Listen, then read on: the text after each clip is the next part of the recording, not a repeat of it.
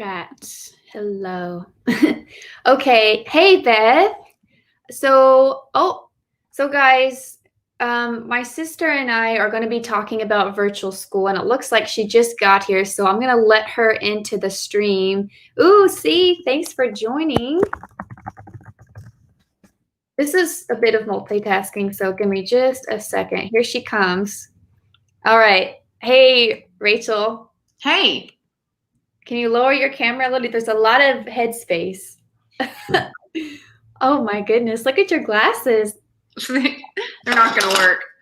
It's okay. Reflective. All right, good. So whoever's listening, I think more people are going to join in as possible. But no matter what happens, this is just for fun, and it's also just to get used to doing this kind of thing.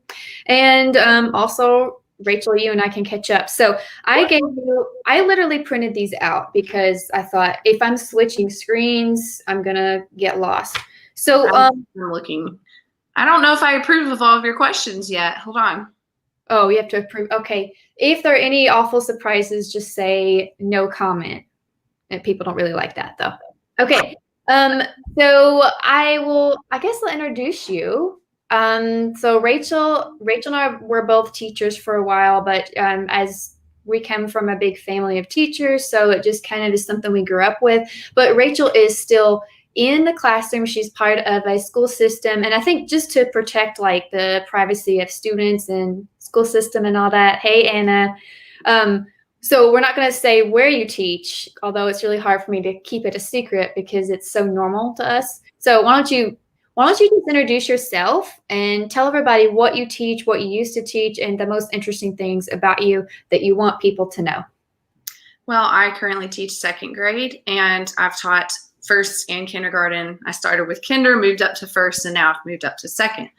And I've always been passionate about technology, especially now because we all kind of have to be. But this is my 6th year teaching, which is crazy. Wait, yeah. Is it? Mm-hmm. Your client. Okay.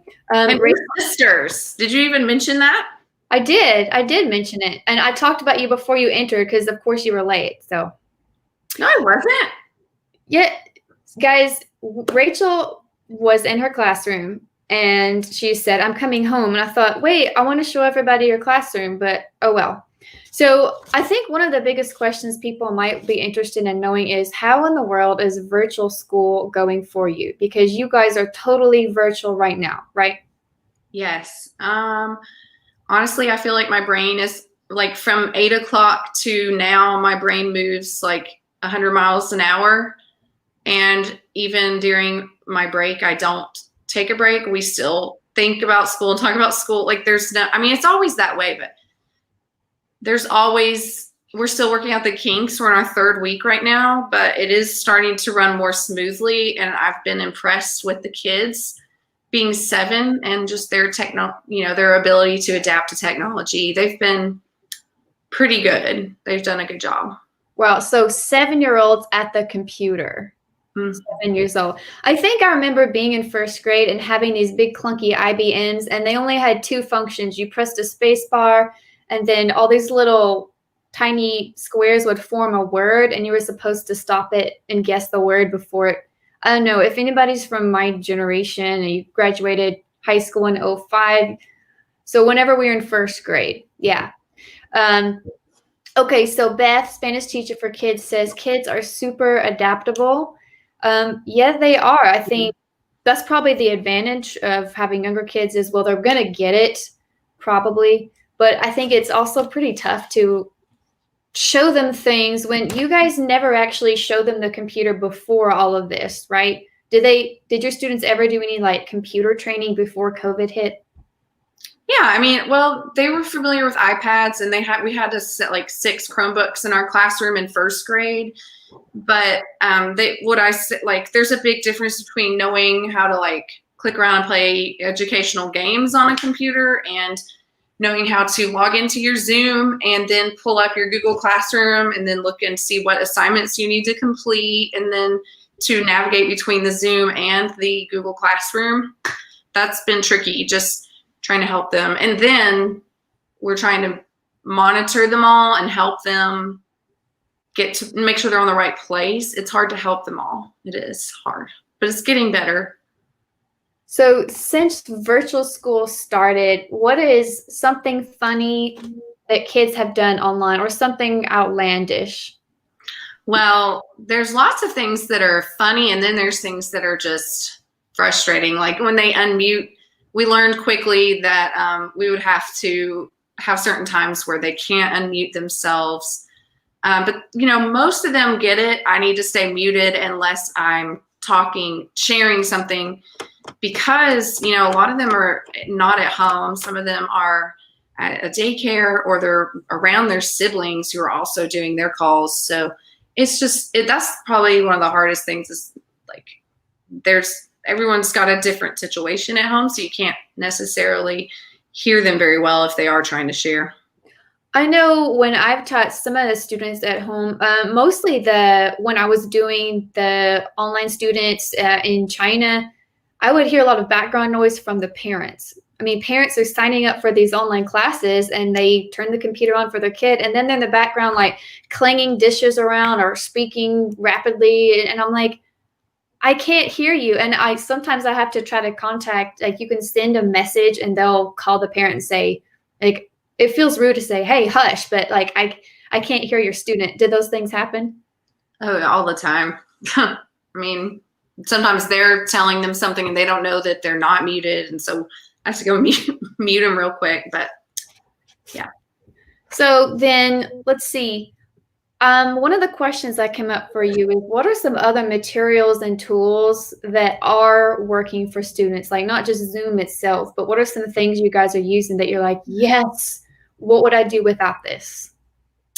Well, Google Classroom, and then pretty much everything under the umbrella. Google Slides, Forms, Jamboard has been my favorite thing that I've been using recently. And then as far as things outside of Google, I've really liked using the Pear Deck add-on with slides, and then Flipgrid, and then Padlet. It's a lot more than I realized. I mean, no wonder they're overwhelmed. We're like, here's 75 new things that you need to learn. Good luck. And get it all turned in by Friday. And then the parents are having to help a whole lot because and not as much as you would think, because, you know, we walk them through the beginning steps, and then kids are pretty smart. They can figure things out. They can figure out, oh, I have to make sure I hit submit or it's not going to work. You know, they've been better about that than I feared. So I don't know what some of those are. What is something that you think, like maybe other people who tutor students online, like what's something that online tutors need to be able to use like yesterday?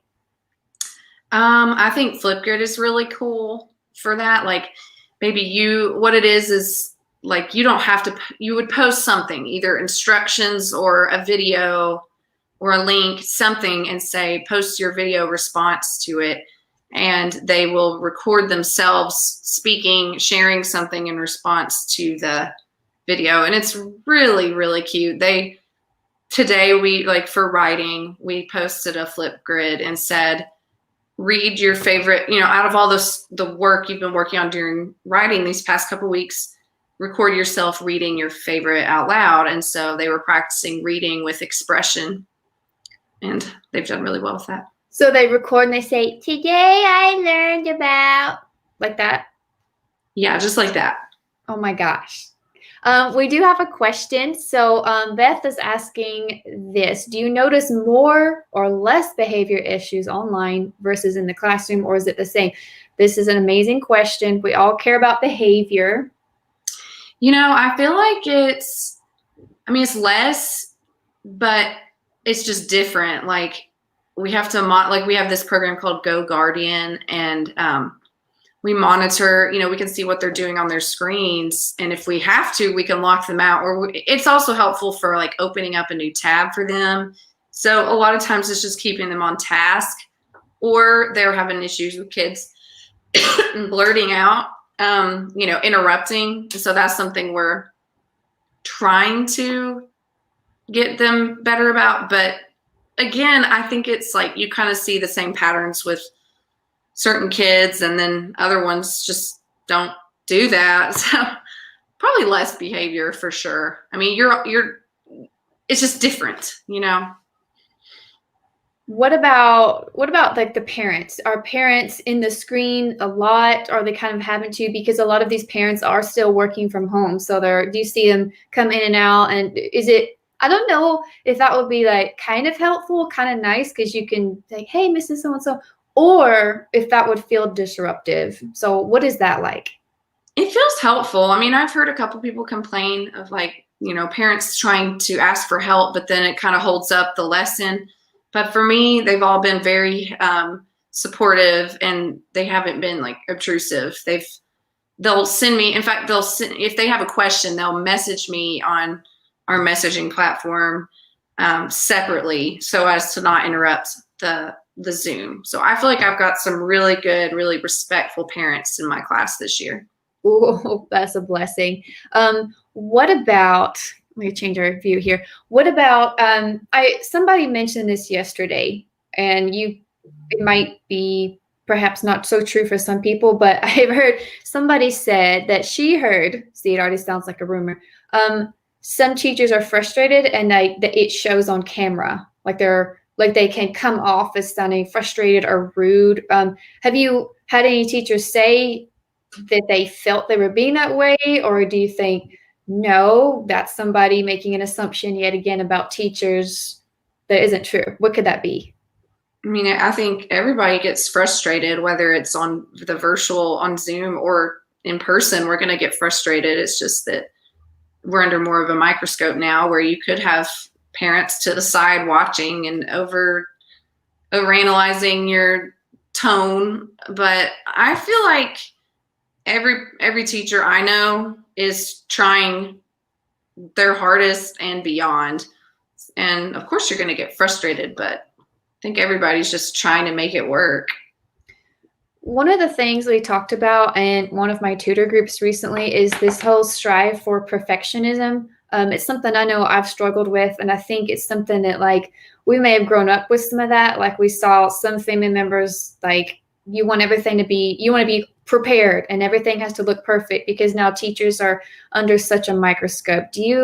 Have you ever struggled with feeling like things have to be perfect, as far as things online, things looking cute, your classroom being decorated, having all the answers? Do you feel like pressure to feel perfect as a teacher, or are you more like, nah, I'm more nonchalant about it, I'll just, take one step at a time?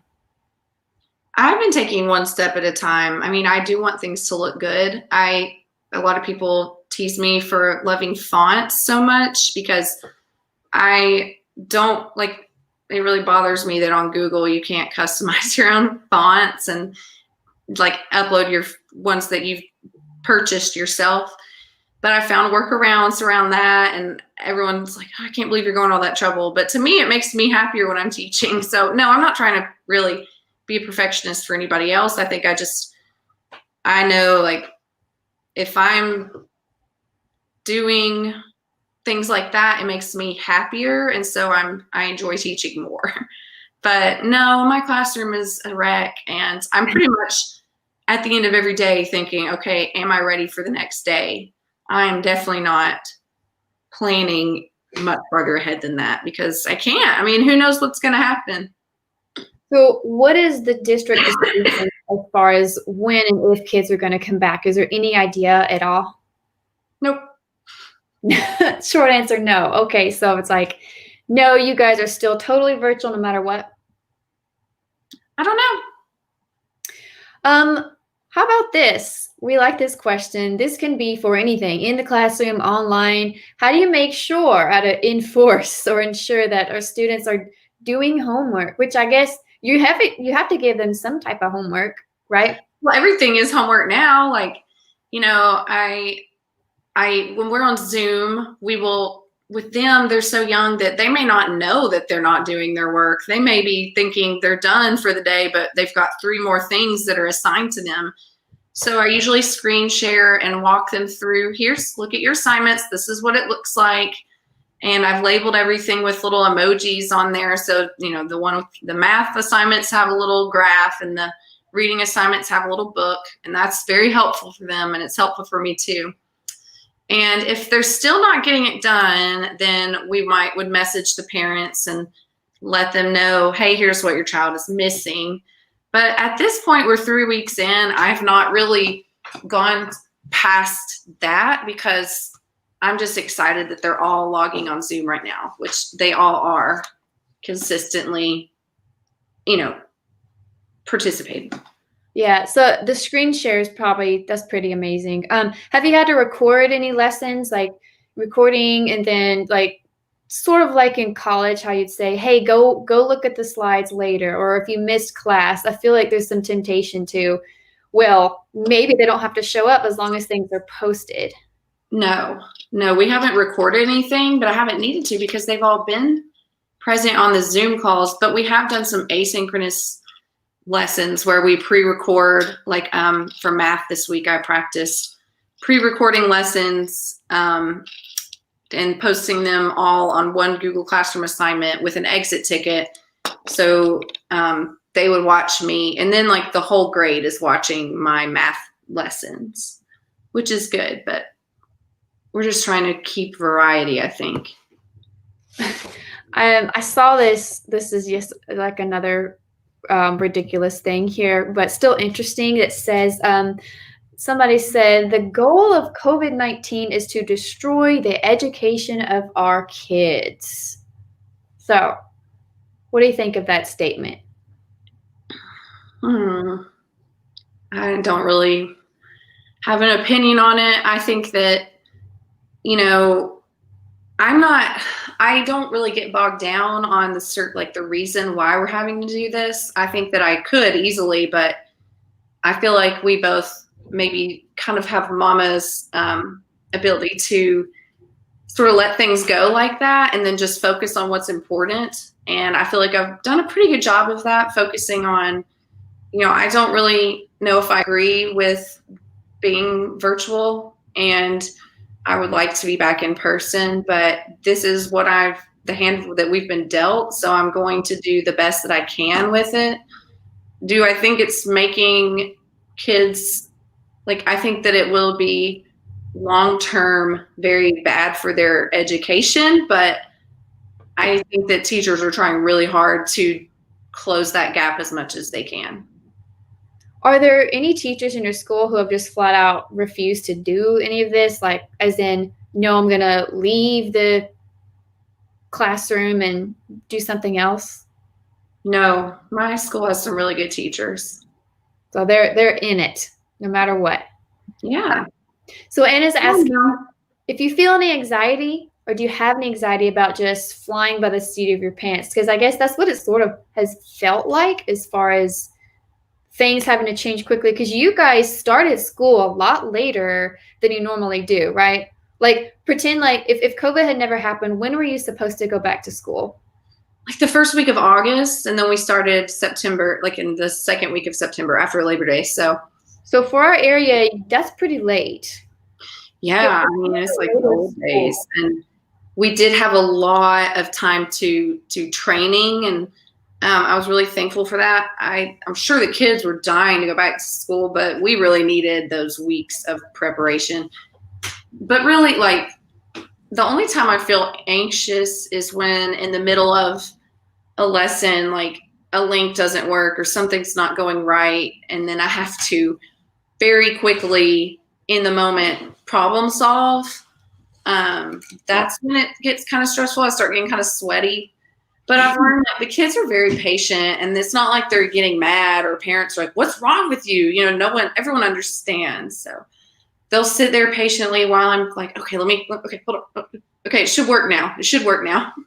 Yeah, there's a lot of pretending and teaching, like, okay, I got it under control. Like I remember when I was in the classroom, there are certain things like you make copies and then you turn your copy over and oops, the back is blank.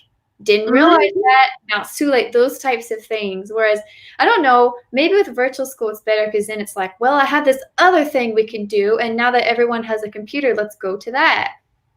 Whereas in person, you're sort of always felt like I was scrambling if there was a mistake. Oh, pause. Uh-oh. So you know that, so typically I'm teaching middle and high school students, but I do have one student who's younger and he's second grade. And some of the things he has to do as far as submitting work is typing a sentence or typing a few words. And I see him, he takes his little index fingers and he's peck, peck, and I'll point to the keyboard. I'm like, here's A, here's H, here's W. And then I think it's slowing him down. In the classroom, he could write it and be done. But it's frustrating because kids haven't learned to type yet. Their hands are small, and it's just, they need to be able to type. I personally think that kids need to learn how to type at as young as they can. But what's your take on that? I mean, I feel bad for them because nobody knew that they were going to need to know how to type like this early. The kindergartners have iPads, but even those have disadvantages, and they still can't write everything on the screen. I mean, we had in my elementary school, we did typing classes probably in like third or fourth grade, and man, that was boring, but it probably prepared me. You know, we sat there, F, F, F, Yeah. G. You know, it felt very boring, but it still trained me to use the keyboard the right way. And maybe they'll eventually learn that, but right now they're just, they're doing the best they can. So, I mean, is it just a lot of clicking for them, or are you having them type actual sentences? Because one of the students I have, there are students who are virtual, like he is, and I meet with him sometimes during the week, and then he's watching his teacher in a classroom with students who are there physically with their little masks on and such. And so that's a really weird mixture of the teacher saying, okay, she'll say, all my friends in the classroom, let's talk about your AR books. And so sometimes there's some confusion like, oh, can we put you on mute now? Can we do our work? What is it? And so, for instance, this teacher will have them do a worksheet in person and little kids are writing, but then that same worksheet is online. It's like the what is it? Some type of app called like the Cami, where you can type on it. You create text boxes, and when you haven't figured that out, it takes a minute to figure out. So this kid, he's clicking around, and then he has to type, but it just takes him a minute to type because he's doing this. And so that's when I feel bad for him, because I think in the classroom, she could look at him and say, oh, here, so-and-so, make sure you use a capital letter. And nobody, I get to help with that, but there are students, most students probably don't have tutors, so they're home with their parents who are working. There's just that's where it gets stressful, I think. Yeah, I forgot what the question was. Me too. I just kept going. Oh, yeah, like, what do you do when you're, I don't know, what do you do about the confusing situation? I guess if all your kids are virtual, they're all there in front of you. Don't make them type much more than they can handle or type pretty quickly. And they like typing, just takes a little bit longer. But like on Zoom, we might ask them a question that would require like just a short answer. Like today they typed something that made them happy. And some of them said, I'm happy when blah, blah, blah. But some of them just put, when I see my friends. Yeah. What is the most difficult thing that you're having students do right now? Probably just keeping track of all their assignments on Google Classroom, because they've got different subjects that they need to do things for. Make sure your math assignment is turned in and your reading, and they're all different. They're not all just a worksheet. We're doing a lot of different ways for them to respond. And I think just keeping track of making sure that they're getting everything turned in.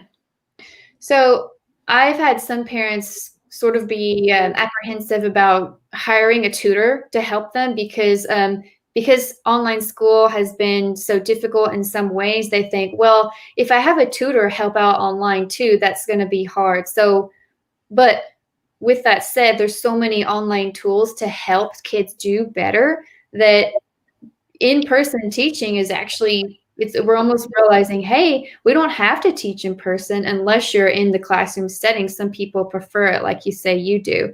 So what can tutors do? People who tutor privately at me, if a parent hires a tutor, how can they help balance this online virtual school with extra work that parents want their students to do? Did you follow all that? What can tutors do to help now? Well, I think that it's really depending on the family. If they're not comfortable with you being in person, then I would try to use some of those tools to enhance their learning. And, I think there's so many cool things you can do, but I really don't think anything can really replace in-person help. And I found that to be especially true when I'm helping with writing. They can't really hold up their paper to the screen and show me things.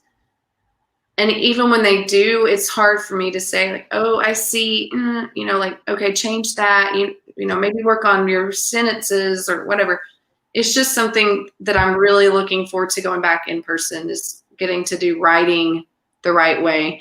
Because, if you can tutor, it's better to do it in person, because the kids are missing that when they're only virtual. They're missing having a person right there next to them to point and to just help them. You can't replace that. So maybe if we were better equipped, like if everybody had one of those Elmo cameras, and then they could, how would this ever happen? But some families have all the tech equipment, and you could watch kids write by hand. That would be a really neat thing to have. But I forget how many mistakes younger kids make. Like even when they're like, they'll be writing 2 or 3 letters, and you'll catch them and say, oh wait, you have to do this. It feels really nitpicky. Like, hey, that lowercase u needs the little wing at the end, otherwise it looks like an uppercase. And they're like, erase, erase, erase. And then there's pieces of eraser everywhere. I'm like, whoa. Yeah. Jamboard can be helpful because you can do it live, where you would both be on the same Jamboard. And like if a child was practicing letter formation, you would have them start, writing their A, and then you might say, hey, make sure you start like this, and you could draw it on the screen for them. I would say Jamboard is good, but it's just hard because it's not like you could sit there and write a full story on your computer screen. That's just not realistic. Yeah. So that would be where the weaknesses are, I guess. So Anna's saying, I find learning online as an adult is really hard. So how do you feel about that? Like, did you ever have classes online in college, or classes that were mostly online, where it was a lot newer back then, and you had to go, and they weren't user friendly either, and you have to figure out, where do I submit? Where do I do a discussion board? What do you think about that for adults? Sorry. I've been a student on Google Classroom for my gifted endorsement that I got last year, and we all agreed it was hard. We had to figure out how to get to the assignment and figure out, where is it submitted? I don't know if I actually submitted it or not. And so I'm glad that I had that experience before starting as a teacher using Google Classroom, because now, I know what I can kind of anticipate the confusion. But in college, I didn't have online. Everything was in person, but most of my work was submitted online. And, it's hard because people think, oh, well, I can just work from home, or I can learn from home. But I feel like I do better at school. I could be teaching at home every day right now, but I still go to school just because I'm more productive there. Okay. Why don't you talk a little bit about that? Because we'll close here in just a few minutes. But what is your district doing about having teachers? How are they holding you guys accountable? Because I know that's something they always like to do. Well, everybody's kind of in a different situation. Some people have children at home that are elementary age students, so they're teaching from home. Some people have children in daycare like me, and some people have no children, and they may still be staying home right now or going to school. There's literally like 10 different scenarios. So I think that everyone's doing what they're supposed to and we're still having observations and everything like we normally would in the classroom. It's just done virtually now. I'll still be observed by my administration. So how will they observe you? Just on Zoom during a live lesson. Will they hop in, or will they like have you just record the whole lesson and then they have to watch all of that later? They'll hop in, I think. It hasn't happened yet, so we'll see. Okay. So is there anything else that you like to tell everybody just about virtual school, or your opinions about it? Anything else interesting or exciting? No, when people ask me how it's going, I usually say it's going better than I thought. And, I think that it's a good short-term solution, but I don't think it will, hold up for, a long time. I think people who are saying, oh, this is how school's going to be for the rest of our forever. I don't agree with that, at least especially not for younger children. I think that they need to be around their friends, and I hope that they can be soon. So. Yeah, we already would hear all the time the U.S. being compared to all these other countries who are doing better and such, and it's like, well, shoot, now it's like there's always something holding us back. There's this that could be slowing people down. I don't know. I'm wondering though, do you think learning has improved for certain students who just happen to be better with learning at home or learning on computers? Maybe. I don't think they hate it as much as you would think. Like, I think they're lonely maybe, but I think their parents aren't just, I think they're finding ways for them to socialize and be safe. I think that they're happy. I mean, there's days when I can tell some of them are more down in the dumps, but overall, like they've said, they've commented on the little assignments and said, I love school. And that's just kind of encouraging. Like, really? Good. I mean, good.